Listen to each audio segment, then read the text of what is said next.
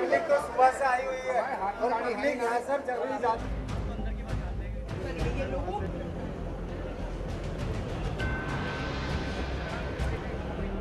नमस्कार, आपके साथ मैं हूं प्रांजलि सिंह।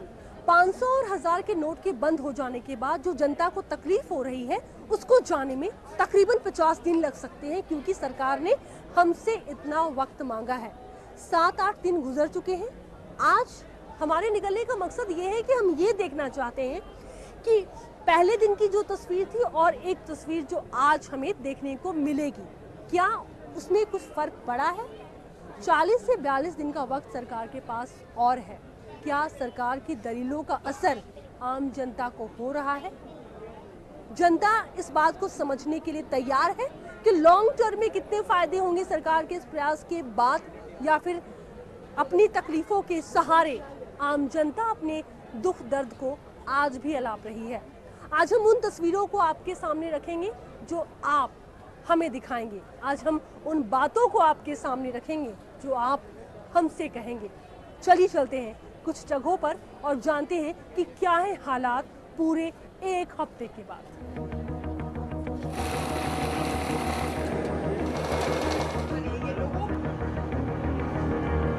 $500 और 1000 रुपए के पुराने नोट।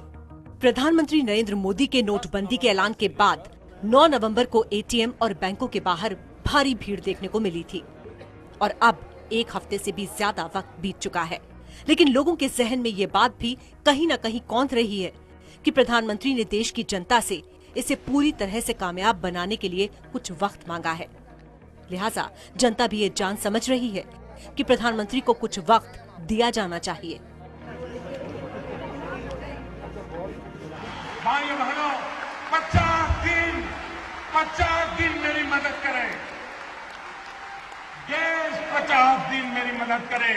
जोर से तालियों के साथ मेरी इस बात को स्वीकार कीजिए। नोटबंदी के ऐलान के बाद से कुछ दिन तो निकल गए और अभी कुछ और दिन सरकार के पास बचे हैं, लेकिन हमारा मकसद था ये जानना कि आखिर किस वजह से प्रधानमंत्री मोदी देश की जनता से कुछ और वक्त मांग रहे हैं। नोट जमा करने के लिए आपको अफरा तफरी करने की कोई आवश्यकता नहीं। और क्या ये टाइम फ्रेम सही है? तो आइए सबसे पहले हम आपको दिल्ली के कनॉट प्लेस के पोस्ट ऑफिस ले चलते हैं। सीपी के सर्कल पर इस वक्त मैं हूँ। ये पोस्ट ऑफिस है। पोस्ट ऑफिस में भी उतनी ही भीड़ है। पहले तो हम लाइन का आकलन कर ले, क्योंकि हमें यही दिखाना है कि 7-8 दिनों के बाद लाइन कम हुई है कि नहीं। ये मेन एंट्री गेट है, देखिए यहाँ से लाइन शुरू हुई है। यहाँ से जो लाइन शुरू हुई है, यहाँ पर लोग खड़े हैं लाइनों में। एक बार मैं चाहूंगी कि कैमरामैन हमारे पीछे की तस्वीर भी दिखाएं, क्योंकि लाइन का अंदाजा लगाना है। भाई, एक हफ्ते गुजर चुके हैं, हमें दिखाना है कि लाइन कितनी लंबी है। जहाँ तक आप चलते जाइए, कैमरा देखिए चल रहा है और लाइन आपको वैसे ही नजर आ रही है। तो पैसा कितने बजे आएगा? 3 बजे बोल रहे हैं। तो आप 3 बजे तक लाइन में यहाँ खड़े रहेंगे? हाँ जी। क्या करें, मजबूरी है, पैसा नहीं है। कल ही पैसा खत्म हुआ, अब तक पैसा नहीं आया।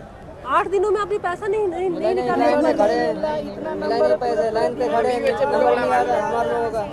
बात कर सकते हैं। इंक्वायरी कहाँ पे, पूछताछ केंद्र कहाँ पे?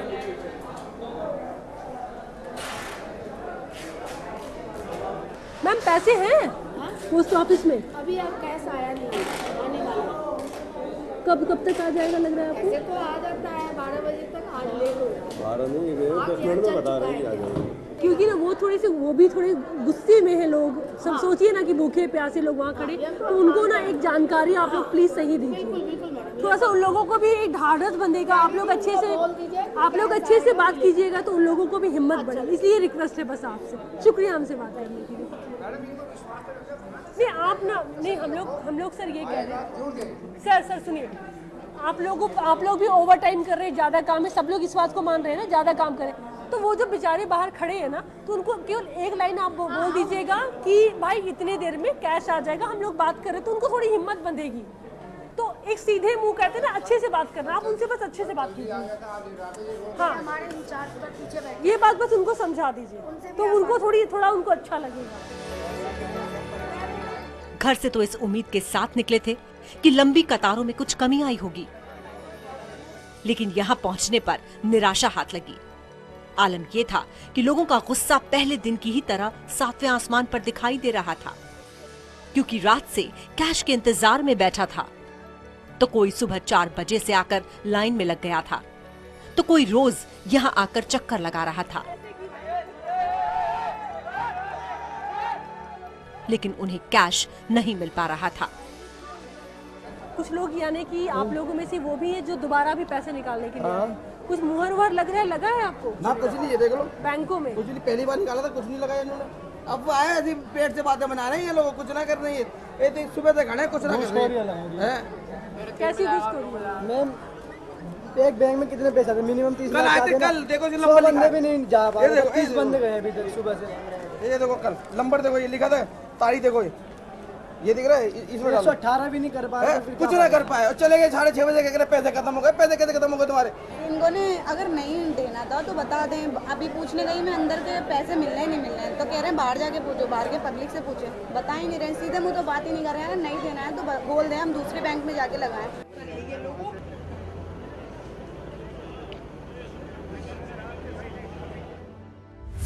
लिहाजा सवाल उठता है कि आखिर क्यों नहीं कम हो रही है भीड़? हफ्ते भर से ज्यादा बीतने के बाद भी कोई फर्क क्यों नहीं पड़ा?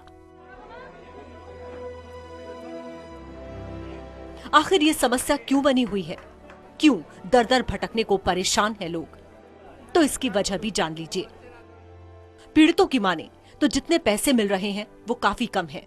जिसने पहले या फिर दूसरे दिन कैश निकाला वो अब खत्म हो चुका है, लिहाजा लोग दोबारा कैश निकालने के लिए आ रहे हैं। वही लोगों का मानना है कि कुछ फर्जी लोग भी कतार में खड़े हैं।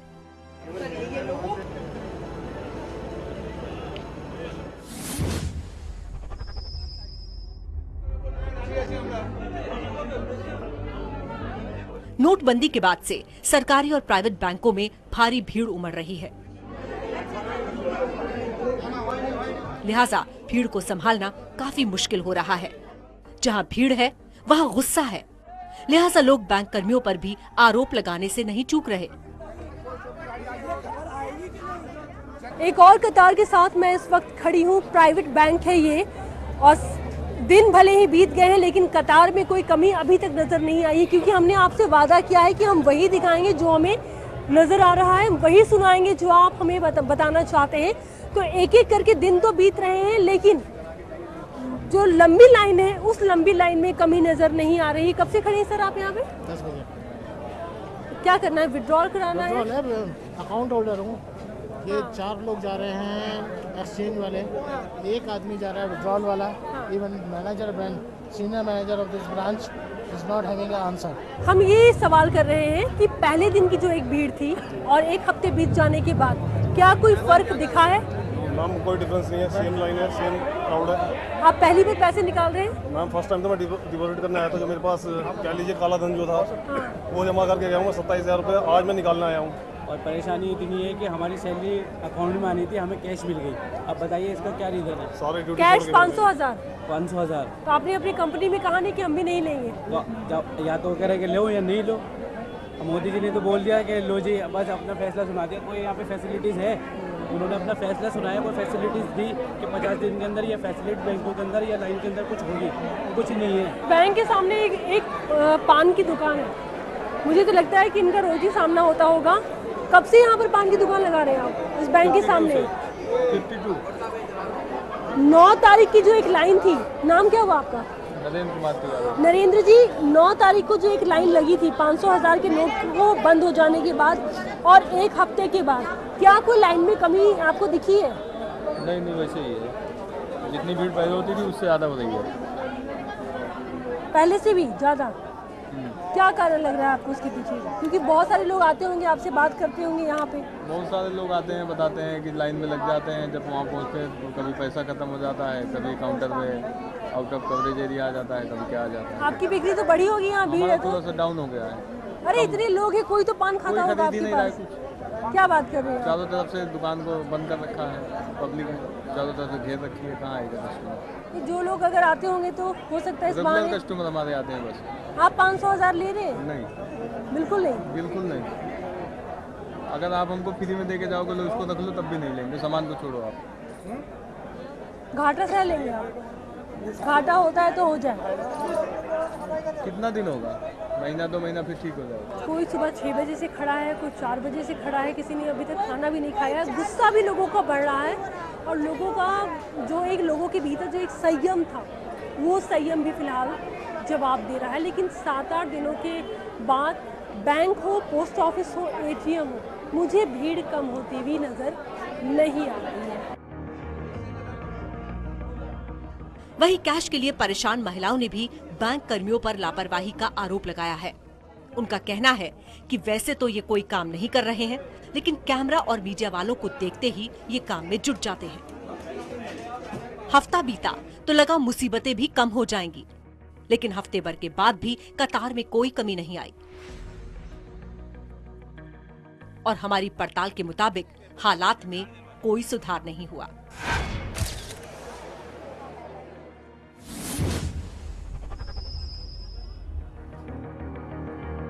यह है दिल्ली का मशहूर हनुमान मंदिर।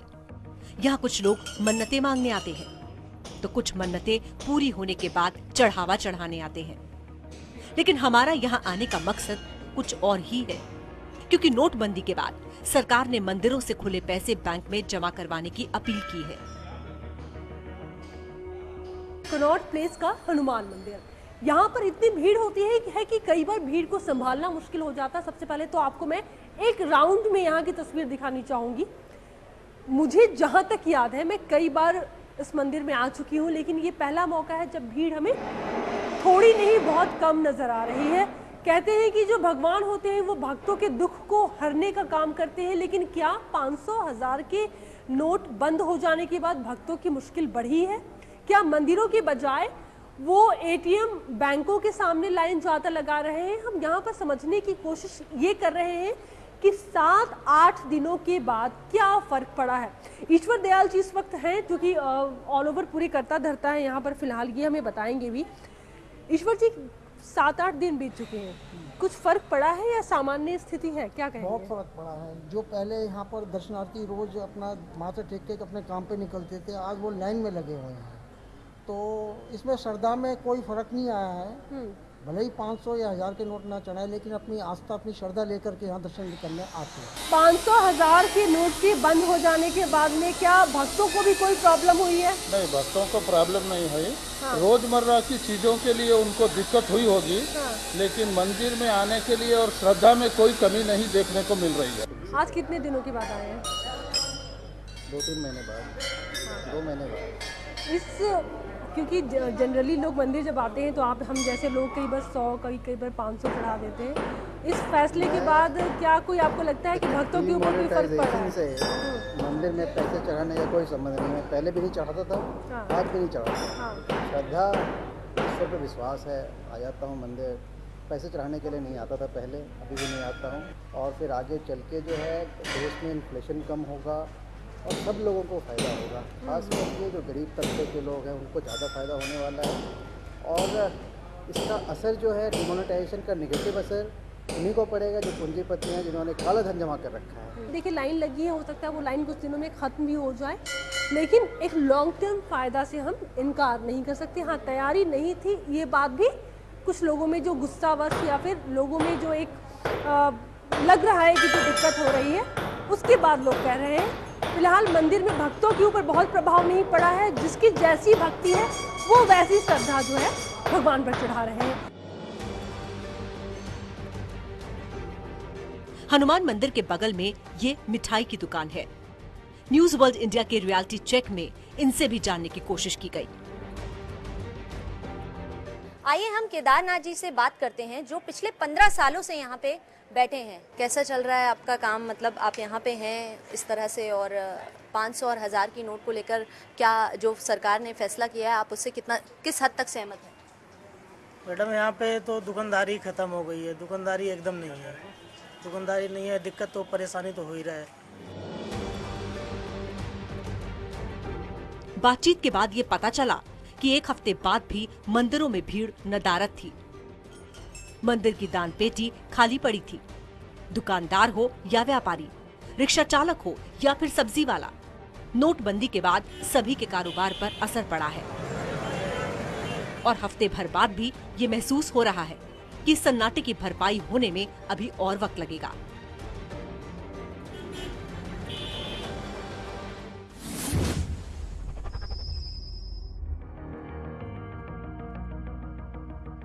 यह है नोएडा की सब्जी मंडी। इसी सब्जी मंडी से किचन तक पहुंचती हैं सब्जियां। लेकिन नोटबंदी के बाद से यहां भी दुकानदारी पर असर पड़ा है, क्योंकि लोगों के पास कैश की काफी कमी हो गई है। गौरतलब है कि कैश की कमी से जूझ रहे लोगों से सरकार ने कार्ड के इस्तेमाल की सलाह दी है और ये भी कहा है कि जहां संभव हो वहां चेक से पेमेंट करें। कि देश में करेंसी की संख्या कम हो, अर्थव्यवस्था के संचालन के लिए जितनी करेंसी आवश्यक हो उतनी हो, काला धन अर्थव्यवस्था से बाहर जाए, टैक्सेशन बढ़े, सारी अर्थव्यवस्था बैंकिंग सिस्टम में आए, डिजिटाइज हो जितनी अधिक हो सकती है, और इससे सरकारी साधन बने। बैंक्स पे भी ज्यादा पैसा आएगा तो उनकी क्षमता भी अर्थव्यवस्था का समर्थन करने की काफी बढ़ेगी। क्राइम मनी बाहर निकले, और इसका तो एक बहुत बड़ा उद्देश्य ये भी है कि इस देश की राजनीति भी स्वच्छ होगी, क्योंकि राजनीति में भी जो पैसा आता है चुनाव लड़ने के लिए वो भी स्वच्छ साधनों से आएगा, और केवल हशस तरीके से वो आता रहे ये पर्याप्त नहीं है। इस वक्त मैं नोएडा के ठीक ठाक सब्जी मंडी में हूँ। आए दिन यहाँ पर भीड़ काफी ज्यादा होती है। 500,000 के नोट ये लेंगे नहीं, कार्ड पेमेंट का कोई यहाँ पर मतलब ही नहीं बनता, क्योंकि यहाँ पर ऐसी कोई सुविधा नहीं। लेकिन मैं अब ये कोशिश कर रही हूँ कि एक 500 रुपए का मैं चेक बनाऊं, क्योंकि अभी हमारी सरकार ने ये कहा है कि हम चेक का इस्तेमाल जितना हो सके उतना कर सकते हैं। तो आज तक तो ऐसा मैंने भी नहीं किया है कभी, लेकिन चलिए मैं ये कोशिश करके देख रही हूँ कि रिस्पॉन्स कैसा होता है। अगर 500 का सामान ये देने के लिए रेडी हो जाते हैं तो मैं बदले में उनको दूंगी ये चेक। अब देखना ये है कि ये चेक ये लोग लेते हैं क्या नहीं लेते। आइए देखते हैं। 500,000 के नोट आप लेंगे? अगर मैं 500 की सब्जी लेती हूँ तो आप 500,000 के नोट ले रहे हैं। क्या नाम हुआ आपका? राम बाबू। 500,000 लेंगे नहीं, कार्ड पेमेंट करेंगे आप? कार्ड हमारा मशीन नहीं है। एक छोटा सा और आपको विकल्प देती हूँ। एक चेक है मेरे पास 500 रुपए का, ये चेक लेंगे आप? नहीं, हम चेक हमारे पास कहाँ चेक लेके घूमेंगे, क्यों? राम बाबू जी ने साफ मना कर दिया। आपका क्या नाम हुआ? अच्छा, एक ही स्टॉल है। आप बताइए क्या नाम हुआ आपका? राम निवासी। आप चेक लेंगे? मैं 500 रुपए का चेक बना कर लेकर के आई हूँ। जी हमने इतना टाइम ही नहीं है, वहाँ तो सब्जी लाते हैं, नगद देने पड़ते हैं। परिवेश जी ये बताइए कि अगर मैं 500 रुपए का सामान आपसे लेती हूँ तो बदले में ये 500 का चेक दूंगी, आप लीजिएगा? बैंक में कौन 4 घंटे लगेगा, दुकान छोड़कर कौन जाएगा? अब मेरे पास अगर पैसे नहीं है तो फिर मैं क्या करूँगी? तो बैठे हैं ना, सुबह से बैठे हैं, हम भी क्या कर सकते हैं? चलिए भाई, मुझे यहाँ दूध और पनीर मिलने के चांसेस थे, वो भी मुझे यहाँ नहीं मिलने वाले। तो 7-8 दिन के बीत जाने के बाद में कोई सुधार आया? अब कुछ सुधार धीरे धीरे आ रहा है। धीरे धीरे आ रहा है। तो जैसे जैसे जो कैश है वो फ्लो हो रहा है तो उसके बाद सुधार आ रहा है। लेकिन देखिए ये मेरी कोशिश नाकाम रही। हालांकि मैं एक बार और ट्राई करूंगी कि अगर शायद कहीं कोई ये चेक ले ले, क्योंकि सब्जी वाले ने, दूध वाले ने एक मंडी में आने के बाद में किसी ने इसे पैसा समझा ही नहीं। सबके लिए ये केवल एक कागज का टुकड़ा था। लेकिन सरकार ये कहती है कि जितना हो सके आप लोग कार्ड से पेमेंट करें और चेक से पेमेंट करें। हालांकि केंद्रीय वित्त मंत्री की अपील के बावजूद इतनी बड़ी सब्जी मंडी में चेक तो नहीं चला, लेकिन मिठाई की दुकान में तो कोशिश की ही जा सकती है, क्योंकि शादी का सीजन है और इन्हें लाखों के ऑर्डर भी मिलते हैं। बड़ी सी मिठाई की दुकान मुझे नोएडा में यहाँ पर दिखी और बहुत काफ़ी फेमस भी है इस एरिया में। मेरे साथ में हिमांशु अग्रवाल जी है। हिमांशु जी, क्या फ़र्क पड़ा? क्या आपको लग रहा है कि 9 तारीख के बाद आज कुछ सुधार हुआ है? मैडम, धीरे धीरे सुधार होगा, लेकिन अभी कोई इतना फ़र्क नहीं है। हाँ। क्योंकि लोगों के पास चेंज नहीं है। कोई पैसे लाता भी है तो या तो 500,000 के हैं या 2,000 का है, उसके लिए चेंज नहीं। मैडम, वो तो जब गवर्नमेंट ने बंद कर दिया तो लेके क्या करेंगे? जैसे कि आप बल्क में आप तो कहीं मैनेज कर सकते हैं ना, कोई हम कैसे करेंगे? कैसे मैनेज करेंगे? जब गवर्नमेंट ने मना कर दिया कि 8 तारीख के बाद आपने कुछ मैनेज नहीं करना, हाँ। तो हम कैसे करेंगे? एक 500 रुपए का मेरे पास चेक है। अगर आप तैयार होंगे तो मैं इसको आपके नाम से भर दूंगी। अगर मैं 500 रुपए की मिठाई लेती हूँ तो क्या आप ये चेक लेंगे 500 रुपए का? नहीं तो मैडम चेक कैसे ले लूँगा मैं किसी के भी नाम से, जब मेरे को क्या उस पर विश्वास है कि वो क्लियर होगा या नहीं होगा या बाउंस। मैं कस्टमर हूँ। कस्टमर तो हो, लेकिन सरकार ये कह रही है कि आप ज़्यादा से ज़्यादा चेक का इस्तेमाल करिए, लोगों को चेक लेना चाहिए। तो हम कैसे लें? बाउंस हो गया तो मैं कस्टमर को कहाँ पकड़ूंगा? सरकार उसका हमको कुछ उपाय बताए ना। हम फ़ोन नंबर देंगे आपको। फ़ोन नंबर तो सबके आजकल बेकार होते हैं। चेक की वैल्यू आपने देख ली, सब्जी वाले ने मुझे सब्जी देने से मना कर दिया, मिठाई वाले ने कहा कि हम मिठाई आपको नहीं देंगे। और फिर से एक बार मैं कहूँगी कि हमने कोशिश अपनी तरफ से की, लेकिन हमारी जो ये कोशिश है वो नाकाम रही। 500 रुपए का मेरा ये चेक और ये कागज़ केवल एक कागज़ का टुकड़ा ही बनकर रह गया। हर सरकार कहती है कि जनता कोशिश नहीं करती, लिहाजा हमने कोशिश की और देखा भी, लेकिन फिर वही बात कि कैश नहीं तो ऐश नहीं। यानी अगर जेब में कैश नहीं पड़ा है तो कोई सुनने वाला नहीं है। हालांकि हमारे लिए ये अनुभव नया है, लेकिन दुनिया भर में कैशलेस पॉलिसी अपनाई जा रही है। आंकड़ों के मुताबिक कैशलेस पॉलिसी में भारत का नंबर 29वां है। पहला नंबर कनाडा का है, जहां 91% लोग कैशलेस ट्रांजैक्शन करते हैं। दूसरे नंबर पर स्वीडन और तीसरे नंबर पर नीदरलैंड आता है। और ये जानकर हैरानी होगी कि भारत में चेक का इस्तेमाल सिर्फ 6% लोग करते हैं और कार्ड का इस्तेमाल 65% लोग करते हैं। इस फैसले के आने के बाद जहां ठेले और रेहड़ी वालों के पास ग्राहकों की कमी थी, तो वहीं सबसे ज्यादा चांदी सुपरमार्केट की हुई थी। इस वक्त मैं मोड़ के एक स्टोर के सामने खड़ी हूँ। अच्छी बात यह है कि यहाँ पर 7-8 दिनों के बाद में एक शांति नजर आ रही है। देखिए सब्जियाँ कुछ देर पहले ही गिरी हुई है, इसलिए यहाँ पर सब्जियों का एक भरपूर स्टॉक दिख रहा है। जहाँ तक लोगों की भीड़ भाड़ की बात है, तो पहले यहाँ पर लोगों की भीड़ भाड़ बहुत अधिक थी, अगर 2 से 3 दिन पहले की बात की जाए तो। लेकिन आज यहाँ पर भीड़ भी आपको काफी कम नजर आ रही है। दिन बीत रहे हैं, लोग स्टॉक कर रहे हैं, चाहे सब्जियां हो या फिर फल हो, उस मुताबिक यहाँ पर भीड़ भी छटती हुई नजर आ रही है। तो 7-8 दिनों के बाद जितने भी लोग स्वैप कर रहे थे, कार्ड पेमेंट कर रहे थे, उन लोगों ने तो शॉपिंग की ही, लेकिन इसके साथ जिन लोगों के पास पैसे आ गए हैं उन लोगों ने जाकर के बाहर से सब्जियां खरीदी है। इस फैसले के आने के बाद फायदा और नुकसान 2 पहलू हैं। मुझे जो नुकसान दिखा है वो सबसे ज़्यादा हुआ है छोटी छोटी चीज़ों में, खास करके सब्जियों में जो हमें देखने को मिला। ऐसा था कि 2 से 3 दिनों तक मेरे पास भी कैश बिल्कुल नहीं था, तो मैंने कार्ड अपना उठाया और मैं बिग बाज़ार गई, जहाँ बिग बाज़ार से मैंने कुछ सब्जियाँ ली, जिसमें कि ये एक लौकी पड़ा हुआ है, आप देख सकते हैं अभी भी जो स्टिकर है वो मैंने हटाया नहीं है। इसके अलावा कुछ और सब्जियाँ, जैसे कि मैंने शलगम लिया। शलगम मैं कभी खाती नहीं थी, लेकिन मेरी मजबूरी थी, स्टॉक बिल्कुल सब्जियों का ख़त्म हो गया था, इसलिए मुझे लेना पड़ा। नींबू है, नींबू लिया मैंने। फ्रूट्स में मैंने अनार लिए, लेकिन जो सब्जियाँ एक फुलफिल करती हैं आपके घर को, वो सब कुछ नहीं हो पाया। कुछ पैसे मैंने बचाए थे, तकरीबन मेरे पास में 85 रुपये के अंदाजन मुझे याद है मेरे पास था, क्योंकि अभी 1 दिन पहले की बात है। तो मैंने ये गोभी लिया, गोभी मैंने ख़रीदा इसमें से, फिर मैंने ये तोरी ली और मैंने कुछ मिर्च लिया।